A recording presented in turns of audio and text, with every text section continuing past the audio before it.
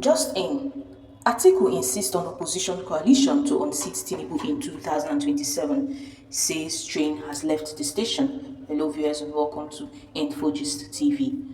The former Vice President Atiku Abubakar has reaffirmed his commitment to broad coalition of opposition forces aiming to dislodge President Bola Ahmed Tinubu's administration in 2027 general elections, declaring that the group is open to adopting any platform that guarantees good governance. Speaking during a meeting with a delegation of national opinion leaders, the 2023 presidential candidate of the People's Democratic Party (PDP) emphasized inclusivity and urgency in the coalition commission. Article in a video of the meeting posted on his official X handle said the coalition train has left the station and would have multiple stops to bring on board Nigerians of all shades. Whatever vehicles that will give us good governance in the future of our children and grandchildren, that is the vehicle we are going to ride on. This declaration comes just days after the PDP's Governors Forum, during a two-day retreat in Ibadan, publicly distanced itself from any ongoing coalition or merger arrangements. The meeting, attended by PDP governors, acting national chairman, Ambassador Umar Damagun, and other party chieftains, concluded with a statement disassociating the forum from Atiku's coalition talks. Despite the pushback from his party's governor, Atiku remained resolute. He reminded his audience that the need for unity among opposition voices transcends parties' lines. Now, because of that, that's why a number of us leaders from the parties I have mentioned, APC, PDP, Labour Party, and others, have come together to say we are going to have what I call in Hausa Subuwa Tifia, meaning a new path, a new pathway to a new Nigeria, he said. Atiku's coalition effort was formally unveiled in March and included other figures such as Dr. Yunusa Tanko, representing Labour Party's 2023 presidential candidate Peter Obi, and former Kaduna State Governor Nasir Rufai, who recently dumped the ruling All Progressive Congress (APC) for the Social Democratic Party (SDP). His recent visits to the former President Muhammadu Buhari in Kaduna alongside other coalition members sparked speculations about the alliance depth and directions. However, the lack of endorsement from PDP's governors has exposed underlying tensions. Still, Atiku maintained that the coalition was a citizen-driven response to failed leadership and would not be derailed by internal politics. Addressing the large youth dominations gatherings, he urged young Nigerians to resist short-term material inducements that could compromise their future. Do not be distracted by people giving you pennies or kobos here and there and nairas here and there, and then abandon your future and the future of your children, he warned. Instead, he called on them to begin grassroots mobilization and mass sensitization for the emerging political movements. Get to planning and working together and getting as many Nigerians as possible to get converted to this new pathway Atiku charged. While the PDP governors have signaled a preference for strengthening their own path machineries, he also left the door open for potential partners. Also, the Oyo State Governor Sheyi Makinde has said that he has the capacity to become the Nigerian president. I do not have any doubt that I have the capacity to occupy the highest office in this land, and I have what it takes, Makinde said on Channels Television Politics today on today's program.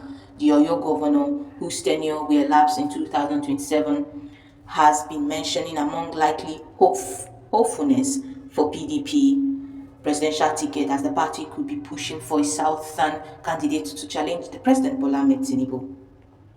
According to Makinde, the 2027 elections would be between Nigerians and the ruling All Progressive Congress (APC), and not a contest between the PDP and the APC. He said the PDP members must fix the party before anybody can aspire to be anything, making allusions to the party's lingering crisis. Let me also say this: if my political journey ends here, I am also happy, he said. Earlier, the PDP governors rejected the coalition spearheaded by former Vice President Atiku Abubakar, ruling out any plans by the party for mergers or coalition. Makinde said during the television program that individuals and party members have the right to associate with any coalition between the stand of the party. Your house must be in order before you invite others, he said. Makinde did not, however, confirm if he was interested in the office of the President of Nigeria. He said, "Nobody will set an agenda for me. I will set an agenda for myself." People can say whatever they want to say, but right now I am focusing on what Oyo State people have given to me, which is the tax ahead of me. So I am not distracted. I will not play stone politics. I would not do things because if it feels right in some people's ears. No, I will stay focused to ensure that we bring dividends of democracy to our people, look after them, and also build infrastructure that will lead our people well into the future. That is not consistent with whether somebody is going to go for the federal level or whether people are saying, I must contest. If I want to contest, I will come out at the appropriate time. One thing you should expect from Sheyi Makinde is that he would never come out to say, I want to do XYZ without preparations and without being held accountable for whatever he says he wants to do. In Abuja, the national chairman of the ruling All Progressive Congress APC, Dr. Abdullahi Ganduje, has described the opposition New Nigeria Party NNPP as practically dead, noting that its leaders and former governor of Kano State, Dr. Rabiu Kwankwaso, is now seeking political redemption in the ruling All Progressive Congress APC. According to him, the APC would welcome Kwankwaso, his estranged ally, into its fold, describing the anticipated move as a kind of homecoming. Ganduje, also a former governor of Kano State, was for many years an ally of Kwankwaso until he parted ways some years ago.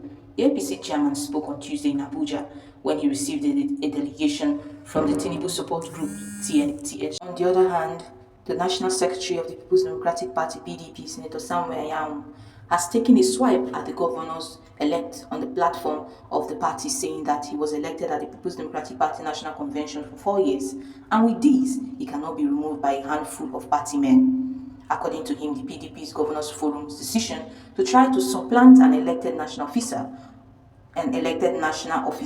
of the party is an affront to the nation's laws and the People's Democratic Party's constitution that cannot stand. Speaking with journalists yesterday, Anyanwu reacted to the governor's decision during the meetings in Ibadan, the Oyo State capital, which he stated that immediately after the Easter holidays, he would return to Abuja and resume straight away at his office at the People's Democratic Party National Secretariat in Wandata Plaza, Abuja, because there was no vacancy there for anyone to occupy. PDP Governors Forum on Monday dumped Anyanwu, appointing a temporary national secretary, just as the recommendations was part of the resolution reached during an emergency meeting of the People's Democratic Party's governors. The governors proposed that the party's deputy national secretary should temporarily assume the role of the national secretary until a substantive appointment is made from the southeast zone. Senator Anyanwu said that he remains the national secretary of the People's Democratic Party. That is not the first time are trying a shortcut that falls short of the People's Democratic Party's constitution and contradicts the orders of court. Anyanwu stated, warning that those moving the People's Democratic Party's Governors Forum in such directions are not helping the party. According to him, the Supreme Court judgment on March explicitly invalidated two previous judgments that all those who involved in the proxy war against him had relied upon, while a subsisting Federal High Court order of January this year clearly restrains the PDP, its leaders, its Deputy National Secretary, Sentochi Kashedu, or any other person from acting on the party's National Secretary. Anyanwu said it seems that they deliberately want to kill the PDP today and tomorrow. He blames Wike for it. At the governors' meeting, the party's national legal told them that such decision, the position of the PDP National Secretary's position, is wrong, that the Supreme Court had spoken on the matter, pointing out that no provisions in the party's constitution allows a handful of privileged party men to unilaterally invalidate the People's Democratic Party constitution or the decision taken at the National Convention that elected him as the National Secretary for a 4-year term in 2021. The National Secretary noted that before this week's decision by a meeting of 10 PDP governors, a meeting of 25 self-chosen Southeastern PDP caucus had tried to supplant him with their nominees before the Supreme Court ruling of March 21 explicitly invalidated all efforts. Anyanwu further emphasized that as his lawyers had submitted the Supreme Court judgment to the Independent National Electoral Commission (INEC), every right-thinking person knows that there cannot be any valid correspondence between INEC and PDP without his signature and that of the party's national chairman, an issue that can put the party's candidate in great jeopardy if someone else illegitimately signs as PDP National Secretary.